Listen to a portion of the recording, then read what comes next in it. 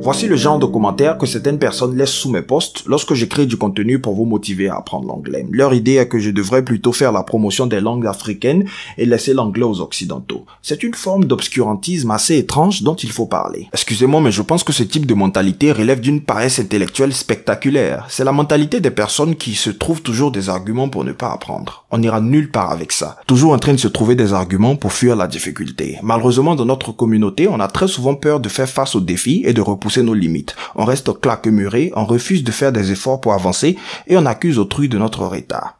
On se trouve des boucs émissaires. Donc, dans un premier temps, si j'essaie de comprendre votre réflexion, le fait de faire la promotion de l'anglais en étant africain traduit automatiquement un désintérêt pour sa culture et nos langues vernaculaires en l'occurrence.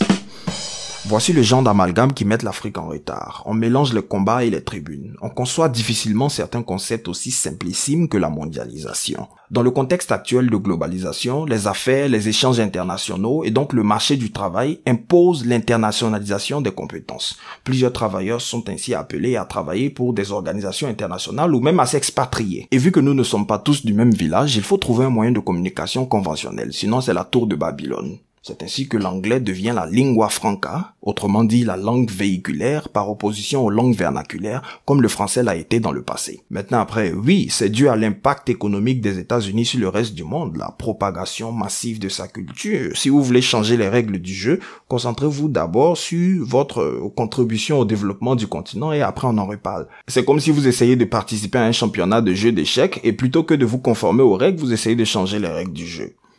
Qui êtes-vous? Entre-temps, il faudra faire la différence entre les activistes dans le socio-culturel et politique et nous autres qui intervenons dans le cadre du développement professionnel. La formation professionnelle reste la formation professionnelle, rien d'autre. Et l'anglais en fait partie, autant qu'on sensibilise sur l'outil informatique, le digital marketing, les soft skills. This is basic common sense, come on guys. I don't want to see this type of comments anymore.